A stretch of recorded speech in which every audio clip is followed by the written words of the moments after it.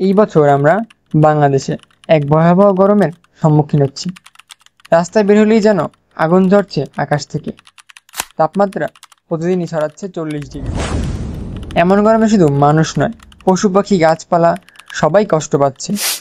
এই গরম শুধু প্রকৃতির জন্য নয়, এটি জলবায়ু পরিবর্তনের একটি পরিণাম। আমরা নিজেরাই প্লাস্টিক ফেলছি, গাছ কাটছি, নদী দখল করছি, এসব মিলে আমরা নিজেরাই ধ্বংস ডেকে আনছি।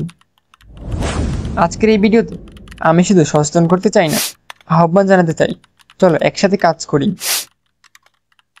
বাড়ির সামনে অন্তত একটা গাছ লাগাই, অপ্রয়োজনে বিদ্যুৎ খরচ না করি, প্লাস্টিক ব্যবহার কমাই, শিশু ও বৃদ্ধদের সুরক্ষিত রাখি।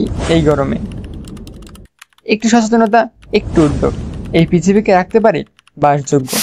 আমরা যদি আজ না জাগি, তাহলে আগামী প্রজন্মের জন্য কিছুই থাকবে না। চলো সেবার পথে হাঁটি, সচেতন হই, সহানুভূতিশীল হই, জলবায়ুর জন্য কাজ করি। শিশু, জলবায়ু ও মানবতার জন্য একসাথে